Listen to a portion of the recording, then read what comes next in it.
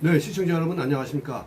2023년 6월 29일 송영진 방송의 8분 포커스 시간입니다. 이 6월의 장마가 이 한반도를 강타하고 있는 것 같습니다. 우리 국민 여러분들 비 피해가, 이 장마 비 피해가 없기를 바랍니다.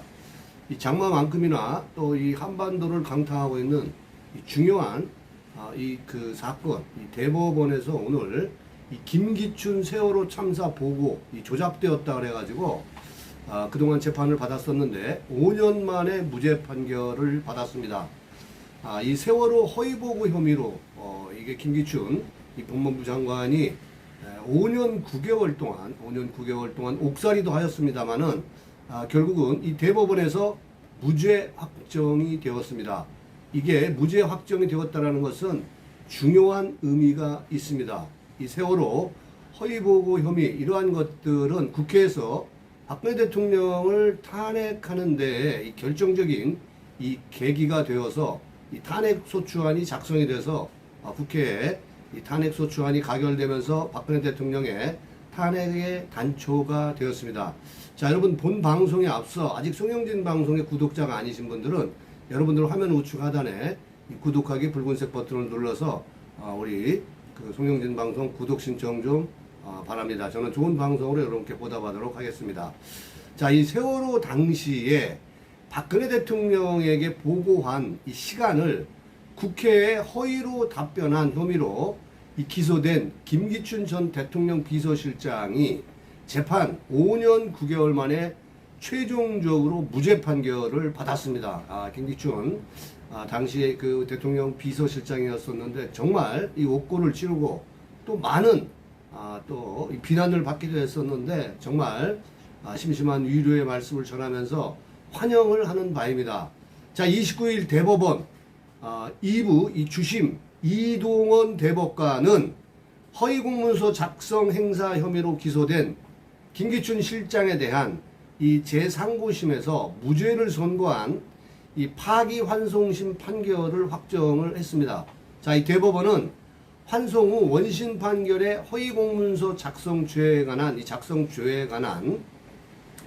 법리를 오해한 잘못이 없다 이렇게 판결을 했습니다. 이 김기춘 전 실장은 세월호 참사 당일에 박 전 대통령의 보고 지시 이 시각을 조작한 뒤 국회에 답변서를 보냈다라는 이 허위공문서 작성 혐의 등을 받아왔습니다. 이 김기춘 전 실장은 2014년 8월 비서실장의 대면 보고 시점을 묻는 이 국회 서면 질의에 비서실에서는 20-30분 단위로 계속 유무선으로 보고했기 때문에 대통령은 직접 대면 보고 받는 것 이상으로 모든 상황을 파악하고 있었다라고 생각한다라고 이런 답변을 보냈습니다.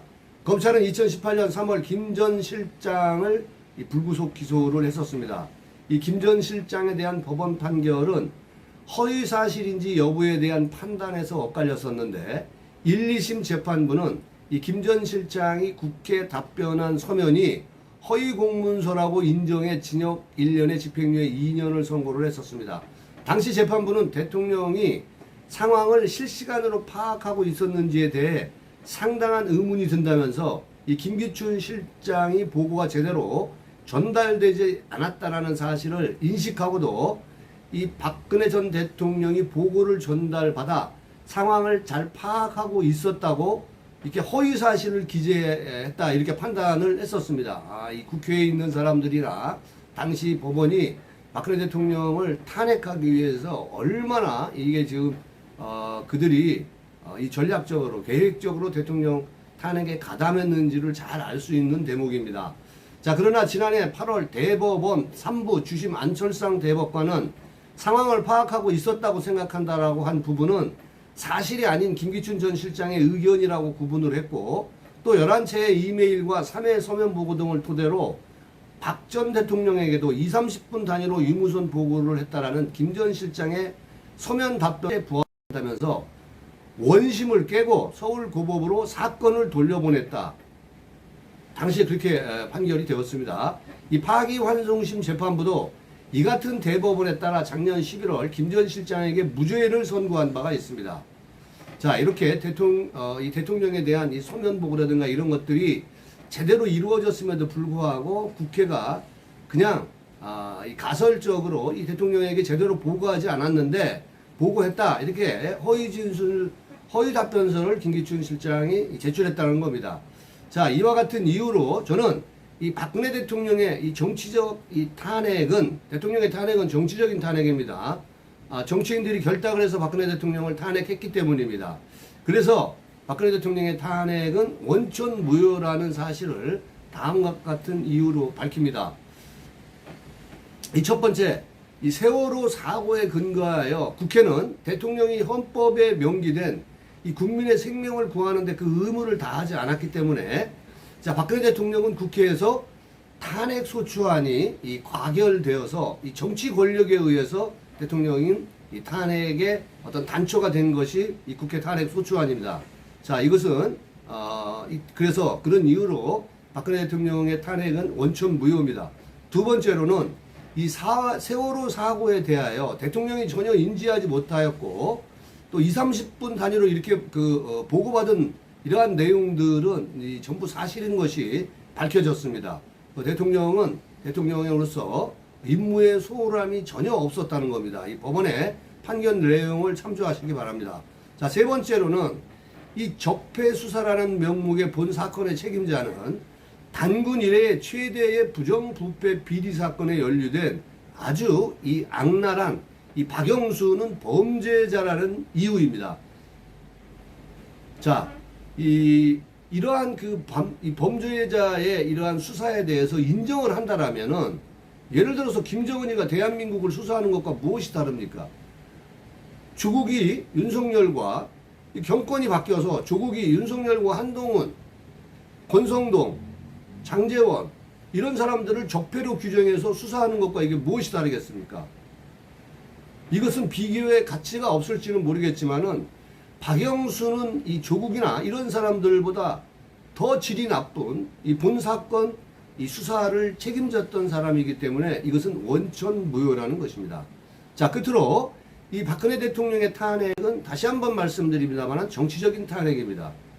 대통령이 탄핵이라면 윤석열도 이태원 사고로 탄핵되어야 마땅하고, 또한 문재인의 국정농단은 수십 가지가 넘고 이 적폐라는 문재인 정부의 5년은 우리가 지난 1년 반 동안 이 문재인이가 물러난 이후에 문재인 정부 관료들이 얼마나 많은 이 부정부패와 또 세금 도둑놈들 얼마나 많습니까? 이것이 바로 이 총체적인 국정농단 아니겠습니까? 그렇다면 윤석열도 탄핵되어야 되고 문재인도 박근혜 대통령의 죄에 비한다면 1000배는 더 많을 겁니다. 그럼 문재인도 사형이죠. 문재인도 사형감입니다. 그래서 이 박근혜 대통령에 대한 탄핵은 원천 무효입니다. 하루빨리 박근혜 대통령의 탄핵이 원천 무효되고 또 박근혜 대통령의 명예회복이 빨리 되기를 모든 보수 우파 국민들이 함께 나서야 할 그러한 때라고 생각합니다. 오늘 영상 여기서 마치도록 하겠습니다. 아직 송영진 방송 구독자가 아니신 분들은 여러분 화면 우측 하단에 이 구독하기 붉은색 버튼을 눌러서 구독 신청 바랍니다. 저는 좋은 영상으로 여러분 다시 찾아오겠습니다. 감사합니다.